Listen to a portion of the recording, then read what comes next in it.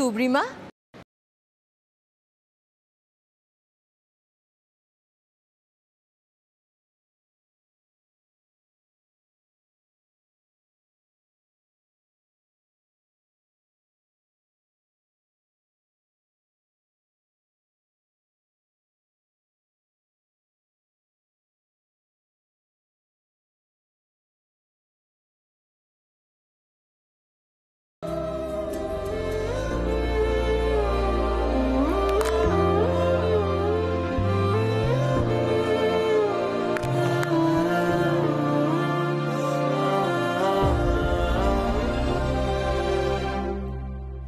দাদু ভাই, তোর হাতে হলুদ লাগলো কি করে?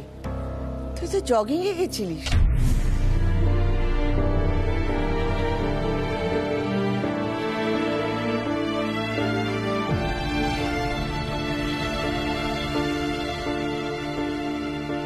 কি রে বল? কিছু না ঠাম্মি, ভুল করে। ভুল করে মানে? শোন, বলছি যে ওই মেয়েটি যেখানে থাকে তার ঠিকানাটা আমাকে দিবি দাদা। তুই যাকে ভালোবাসিস, আমি নিজে গিয়ে তার সঙ্গে কথা বলবো। তোর এই কষ্ট যে আমি আর দেখতে পাচ্ছি না। কোনো লাভ নেই ঠাম্মি, অনেক দেরি হয়ে গেছে ঠাম্মি। কিসের দেরি হয়েছে? ও, নিশার সঙ্গে এঙ্গেজমেন্টটা হবে না, হবে না। এই নিয়ে বাড়িতে অশান্তি হবে, তাই তো? ও ওরে দাদা, যেখানে তুই ভালো থাকবি না সেখানে এটা আমি হতে দিতে পারি না। এটা আমি ঠিক করে নিয়েছি। মেয়েটার নাম বল, সে কোথায় থাকে বল। তার বিয়ে ঠিক হয়ে গেছে ঠাম্মি, আর সেটা আজই। আরে আমার ভাগ্যটা এমন ঠাম্মি, আমি আমি নিজের হাতে ওর বিয়ের গায়ে হলুদের তত্ত্ব পৌঁছে দিয়ে এসেছি। ও, সেই জন্য তোর হাতে হলুদ লেগেছে। এটা তুই কি করেছিস দাদু ভাই? কি করেছিস? তোর ছোঁয়া হলুদ মেয়েটি গায়ে মেখে অন্য কাউকে বিয়ে করবে? না না, এটা তো হয় না, এটা হয় না দাদা। আমি তখন জানতাম না যে ওটা ওর জন্য যাচ্ছে, তাহলে আমি হাত দিতাম না। যাকগে, ছাড়ো, এসবের আর কোনো মানে হয় না, অন্তত আমার জীবনে তো নয় ঠাম্মি। না দাদা, সবই হচ্ছে ঈশ্বরের লীলা খেলা। তারই সংকেত। তুই ভাবছিস তুই ইচ্ছে করে করেছিস? না, ঈশ্বরই তোকে দিয়ে করিয়েছে। সেই জন্যই তো তোর ছোঁয়া হলুদ ওই মেয়েটির কাছে পাঠিয়েছে। আর দিদি নয়, আমাকে নিয়ে চল। সেখানে যা যাওয়া যায় না ঠাম্মি, সব রাস্তা বন্ধ হয়ে গেছে, সব।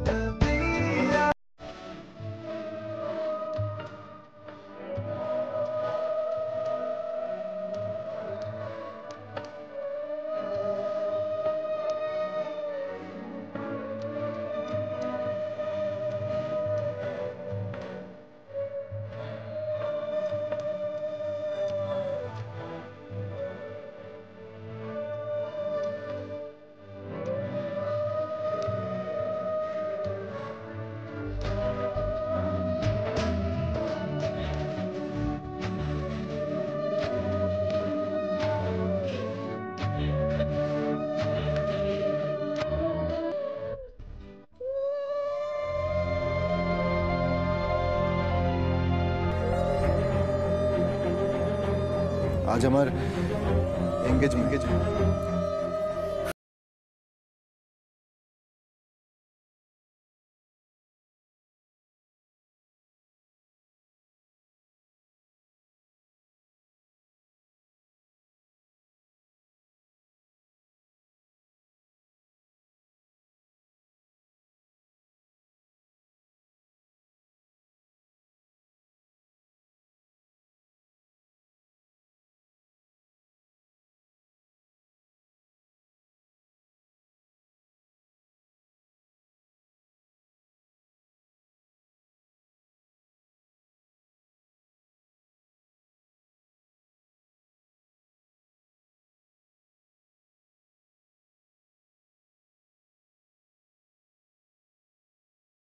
তো শাশুড়ি তোর এঙ্গেজমেন্টের জন্য একটা ডিজাইনার গাউন কিনেছে, হ্যাঁ?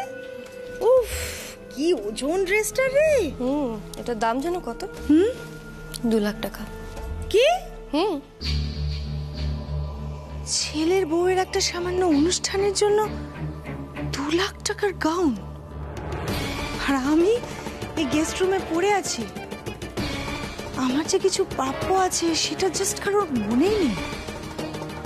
অঞ্জলি বসকে আমি যতদিন না কোণঠাসা করছি আমার শান্তি নেই।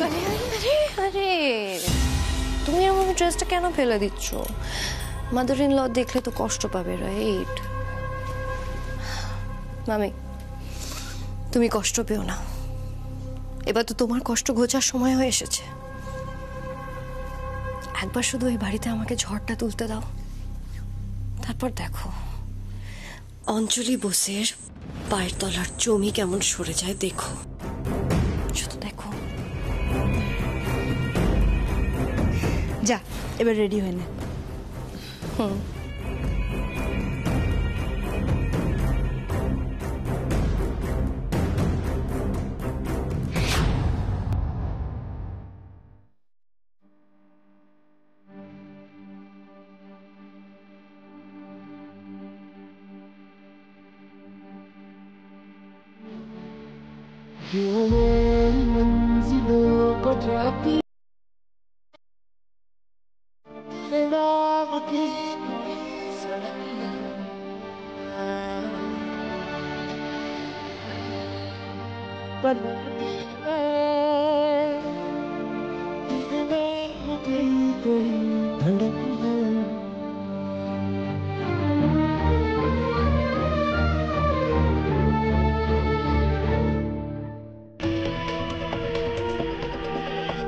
কেমন লাগছে আমাকে?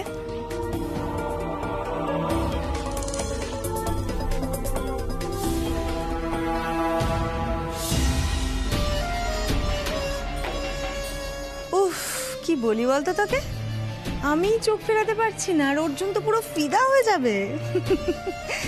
চা, এবার শুধু মেকআপটা বাকি আছে, ব্যাস। অর্জুনকে আমি একদম নিজের হাতের মুঠোয় করে রাখবো। সাপ যেমন নিজের শিকারকে একটু একটু করে গ্রাস করে, ঠিক সেইভাবে আমি অর্জুনকে গ্রাস করব। ছেলেটা এতটাই ডাম যে ওকে নিজের মতো করে চালানো ইজ ভেরি ইজি। অতটাও ইজি হবে না। দেখ, অর্জুন খুব ভালো ছেলে, কিন্তু ও কিন্তু ভীষণ জেদি, আর ওর মায়ের খুব বাধ্য ছেলে। ঠিক আছে, বাধ্য ছেলেকে অবাধ্য করে দেবো, ও আমার বাধ্য হয়ে উঠবে। তুমি চিন্তা করো না।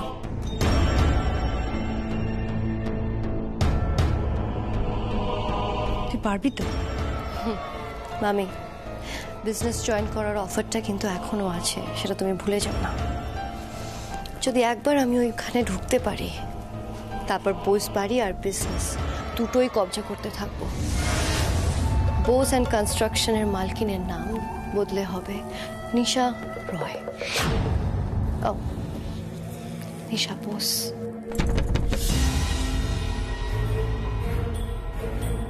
হ্যাঁ রে, কে বলতো? আমাদের কথা শুনে ফেললো না তো? কে? নিশা, মেকআপ আর্টিস্ট চলে এসেছে, দিদি তাড়াতাড়ি রেডি হতে বলছে, দরজা খোলো। হ্যাঁ কাকিমা, আসছি। তুমি টেনশন করো না, কিছু শুনতে পারিনি। এই তুবড়ি, তোর বর কি করে রে? তোর আর বর তো শুনলাম নাকি ব্যাংকে চাকরি করে। আমি আসলে ঠিক জানি না গো, মা জানে। সে কি, তুই জানতে চাসনি নাকি আমাদের বলবি না? রোজ ফোনে কথা হয় তো? না গো, ও সত্যি জানে না, ওর সঙ্গে তেমন একটা কথা হয় না। তবে বর্দির বরের সঙ্গে ভালোই কথা বলে। বাবা, কল করলে তো ফোনটা ছাড়তেই চায় না। অমনি আমার পেছনে পড়লি না? আরে বাবা, আগে তুবড়ির সাথে আমার দেওরের বিয়েটা হোক, তারপরে দেখবি ওদের দুজনে কেমন জমবে। আসলে কি, ওরা তো একে অপরকে খুব একটা চেনে না, তাই কথা হয় না। তবে আমার বর বলছিল যে বিয়ের পরে আমার দেওর একটা ব্যবসা শুরু করবে। যাই হোক, আমার কিন্তু সাজানো হয়ে গেছে। হ্যাঁ, তোমরা দুজনে একটু দেখে নাও তোমাদের টাচ আপ লাগবে কি। আরে না না, সব ঠিক আছে, তোমরা বরং গিয়ে রেডি হয়ে নাও, দেরি হয়ে যাচ্ছে তো। আচ্ছা ঠিক আছে, চল চল চল।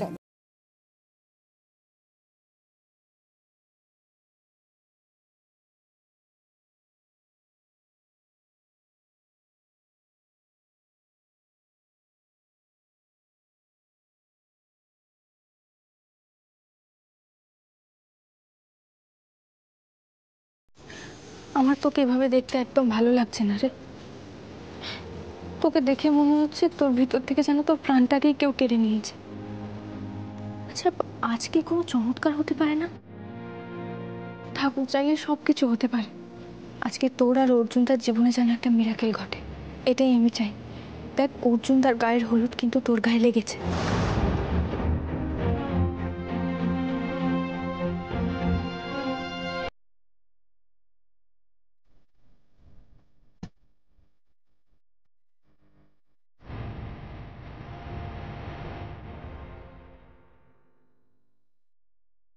অর্জুন, হ্যাঁ বাবা। তোর সঙ্গে আমার কিছু কথা আছে বাবা। আয়, আমার কাছটাতে এসে বস। আয়। বলো। আমি জানি তুই তোর মার সঙ্গেই বেশি স্বচ্ছন্দ। তোর সঙ্গে সেভাবে আমার কোনো আলোচনা হয়নি এখনো পর্যন্ত, কিন্তু আজ আমাকে যে একটা কথা জানতেই হবে বাবা। বলো না। হ্যাঁ রে, তুই এ বিয়েতে খুশি তো? বাবা, তুমি আর মা যাতে খুশি, আমিও তাতে খুশি বাবা।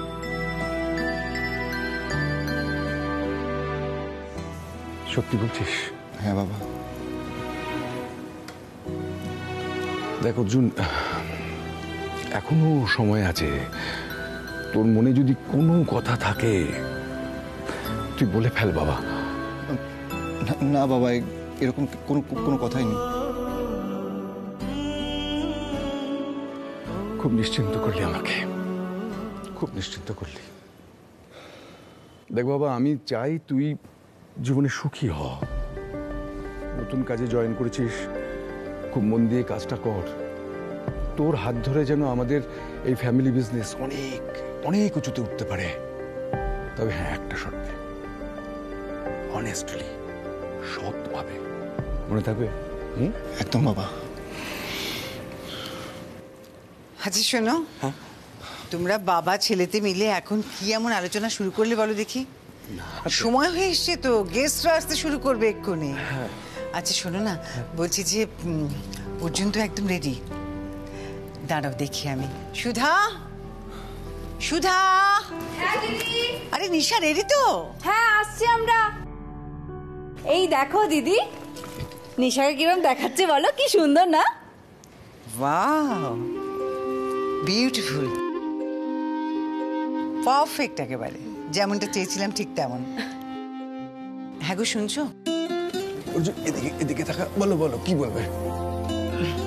বলছি কি, আমি দীপুকে বলে দিয়েছি বুঝলে, যে ওই মিডিয়াকে যেন ও হ্যান্ডেল করে। আরে বাবা রে বাবা, বাবা, বাইরে তো মিডিয়ার লোকজন একদম ভর্তি হয়ে গেছে। মানে আমি ভাবছি যে এঙ্গেজমেন্টে যদি এত মিডিয়ার লোক, মানে বিয়ের উত্তেজনা একেবারে তুঙ্গে একদম। কার বিয়ে দেখতে হবে তো। বাবা, তুমি তো জানো এসব মিডিয়া ফিডিয়া থেকে আমি একটু দূরে থাকতে প্রেফার করি। ওটা একটু তুমি দেখে নিও প্লিজ। অর্জুন, এটা বললে কি করে হবে, right? I mean, engagement to বিয়ে পুরোটাই তো লাইমলাইটের ভেতরেই থাকবে, রাইট? আফটার অল বোসবাড়ির ছেলের বিয়ে বলে কথা, না? আচ্ছা ভাইপো, এবার একটু লজ্জাটা কাটা। আরে তোর বিয়ে, ডাক সাইটে সুন্দরী বউ, তুই কোম্পানির এমডি, তোর বিয়ে লাইমলাইটে আসবে না তো কার বিয়ে আসবে বল তো?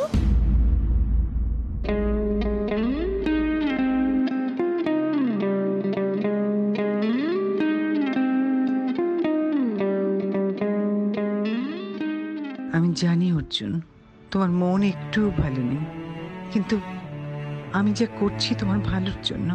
তুমি সেটা পরে বুঝবে, দেখো।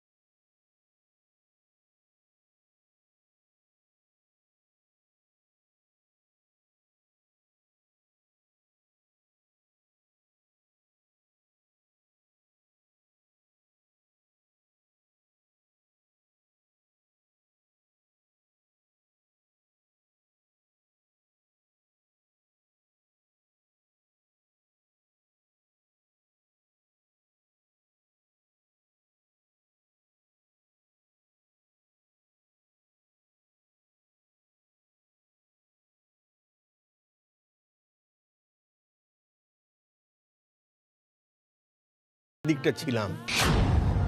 মেয়ের বিয়ের ঝক্কি বলে কথা, সব দিক তো মাথায় রাখতে হবে নাকি? সাবিত্রী, ওদের জল খাবারের ব্যবস্থা করো।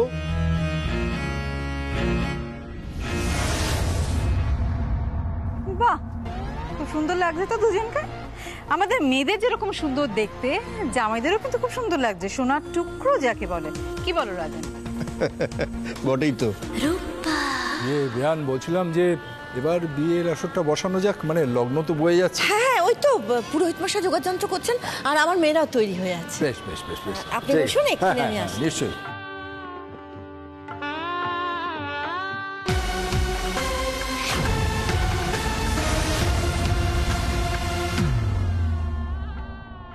আমি কিছুতেই মানতে পারছি না বিক্রমদার সাথে এই মেজদির বিয়েটা। কোনোভাবে যদি এই বিয়েটা না হতো, কোনো কিছু যদি একটা ঘটতো, আর কিছুক্ষণের মধ্যে সাবিত্রীর এই হাসি চরম কান্নায় বদলে যাবে। বিয়ে বাড়ি নেবে শোকের বাড়ির চেহারা। তখন আমার আনন্দ দেখে কে।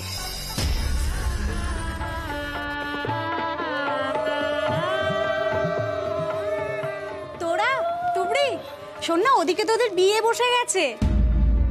আগে তোরার বিয়ে হবে, তারপরে তুবড়ির বিয়ে হবে। শোন, পান পাতা দিয়ে মুখ ঢেকে তারপরে মণ্ডপে যাবি, কেমন?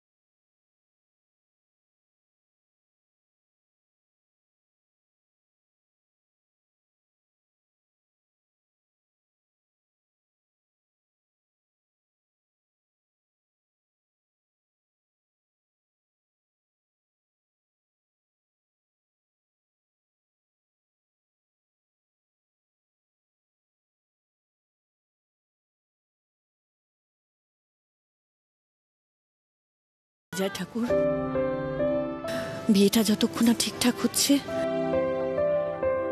মনটা বড় অস্থির করছে।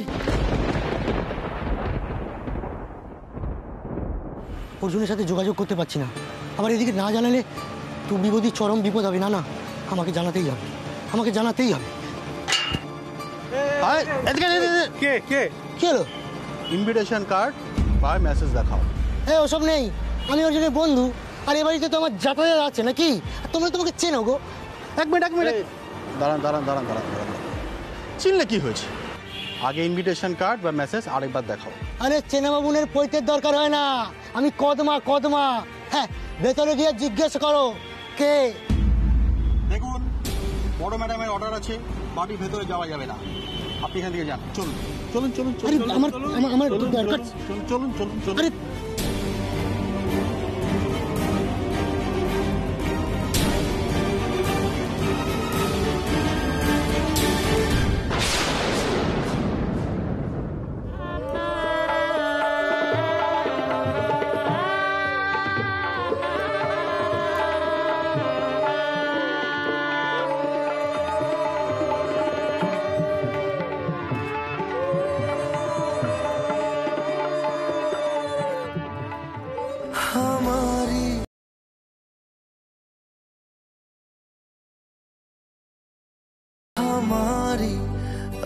এমন কোন রাস্তা যেন তিনি দেখান যাতে তোর ভালোবাসা মানুষের হাত তোকে ছাড়তে না হয়, তুই যাকে চাস তার সঙ্গেই যেন বিয়ে করে তুই সুখী হতে পারিস।